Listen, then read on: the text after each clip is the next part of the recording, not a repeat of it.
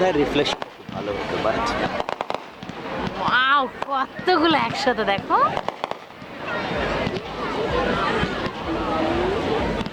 আরে ঠিকই যাচ্ছি, আমাদের দিকে আবার নেই। পারলা তুমি না, এত ভীতু তুমি, জীবনে একটু বাঁচতে পারবা না, ভালো ডিস্টেন্স, পান করতে পারবা না। এখানে আস্তে আস্তে কিন্তু নিভে যায়।